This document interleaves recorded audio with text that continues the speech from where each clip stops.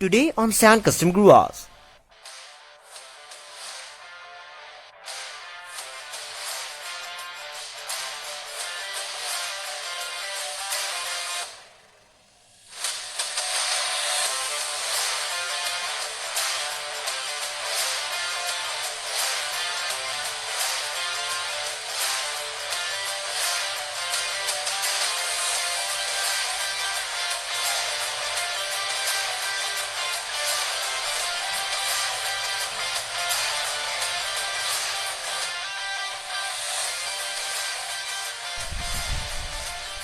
Hello guys and welcome back to Sand Custom Gruvas once again.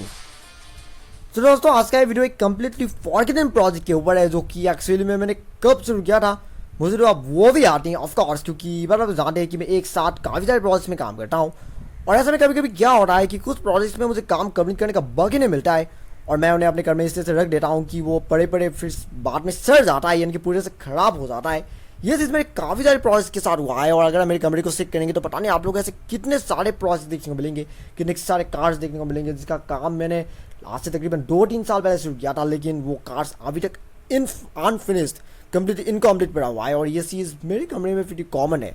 और आज का ये कार भी एक्चुअली में उनमें से ही एक है। ये कार है द प्रीमियर 189, लेकिन ये कार कभी भी कंप्लीट ही नहीं हो पाया। कार को कंप्लीट होने से पहले ही शायद मैंने इसका काम बंद कर दिया, जिसकी वजह से ये कार आज तक अनफिनिश्ड पड़ा हुआ है। तो क्या आप उस कार को देखने के लिए तैयार हो? ओके, तो कार से आने ही वाला है 1, 2 and 3। tada!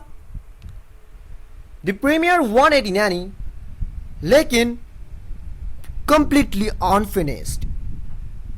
ये देखिए।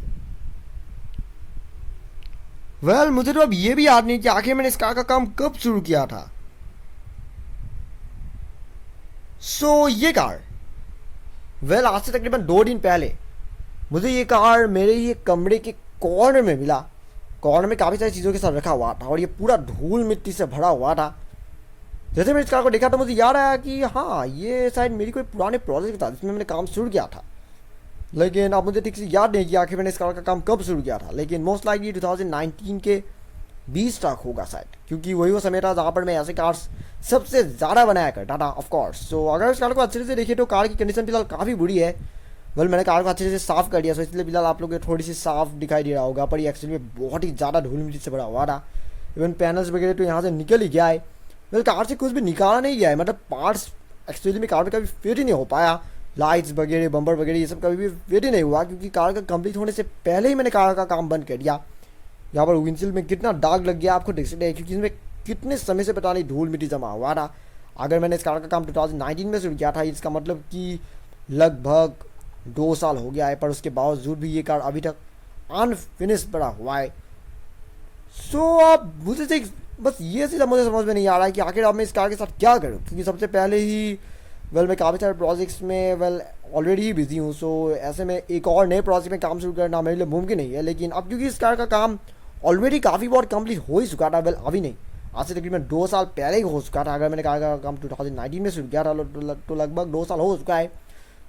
ऐसे में इस कार को अब फिर से वेस्ट होने नहीं दे सकते और इसलिए इस कार में कुछ ना कुछ तो करना होगा। लेकिन अभी फिलहाल तो मैं सोच रहा हूँ कि जैसे मेरे बाकी दूसरे सारे प्रोजेक्ट्स कंप्लीट हो जाएंगे उसके बाद मैं इस कार में काम शुरू करूँगा, लेकिन अभी नहीं कर सकता क्योंकि अभी मैं अपने दूसरे प्रोजेक्ट के साथ बहुत ही ज़्यादा बिजी हूँ। इसीलिए ऐसे में एक और नए प्रोजेक्ट में काम शुरू करना मेरे लिए मुमकिन नहीं है। लेकिन जैसे मेरे वो सब करंट प्रोजेक्ट्स कंप्लीट हो जाएंगे, मेरे मित्सुबिशी लैंसर भी कंप्लीट हो जाएंगे, उसके बाद मैं इस कार में काम शुरू करूँगा, क्योंकि एक्चुअली में ये कार मैंने इस कार में काफ़ी मेहनत किया था और फिर उसके बाद कार को एक एक्चुअल शेप दिया था प्रीमियर 189, जो कि एक बहुत ही आइकॉनिक कार था। लेकिन ये कार अनफॉर्चुनेटली उतनी पॉपुलर नहीं हो पाया जितनी कि एक्चुअली में होना चाहिए था। ये कार एक्चुअली में प्रीमियर ऑटोमोबाइल लिमिटेड नहीं बनाया था, जैसे पद्मिनी को बनाया था। और इवन ये कार कभी भी पद्मिनी जितनी पॉपुलर तो नहीं हो पाया, लेकिन फिर भी काफ़ी लोग शायद इस कार के बारे में जानते होंगे।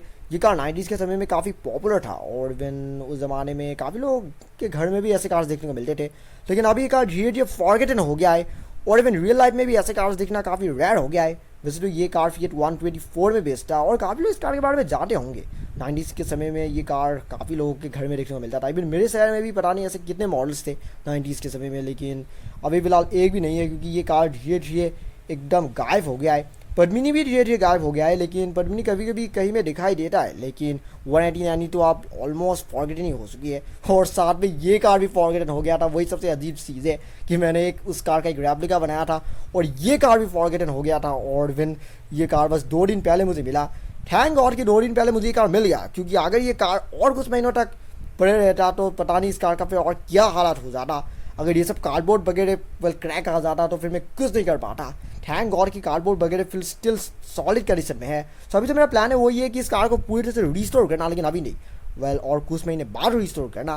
कार को पूरी तरह से रिस्टोर करने के लिए आप क्योंकि ये जो कलर देख रहे हैं अभी एक्चुअली में वाइनल रैपिंग है, कोई कलर नहीं है। इवन मैं ज़्यादातर वाइनल रैपिंग का यूज़ करता हूँ और मैंने पहले भी कहा है। सो क्योंकि ये वाइनल रैपिंग तकरीबन 2 साल पहले ही डन हो चुका था और इवन तकरीबन 2 साल से इसके ऊपर धूल मिट्टी जमा हुआ था। तो बेसिकली इसके साइन और ज़्यादा साइनिंग होना चाहिए था, लेकिन अब इसका ग्लेज काफ़ी बहुत कमी हो गया है।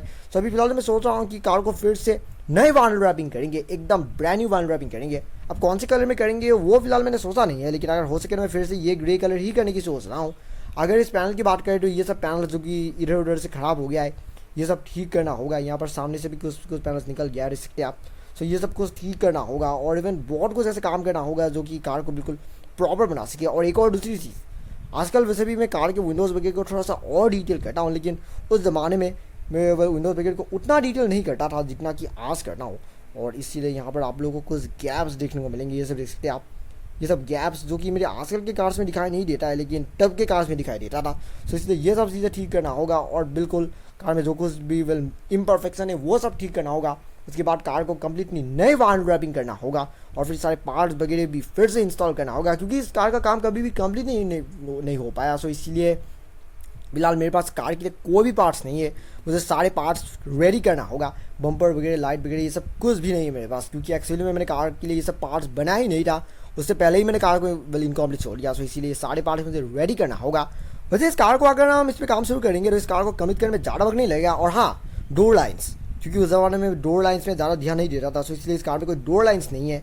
अब क्योंकि मेरे आजकल के कार्स में तो डोर लाइन्स होती है, तो डोर लाइन जैसे चीज़ों को भी रिक्रिएट करना होगा। सो इस कार को कम्प्लीट होने में ज़्यादा वक्त नहीं लगेगा।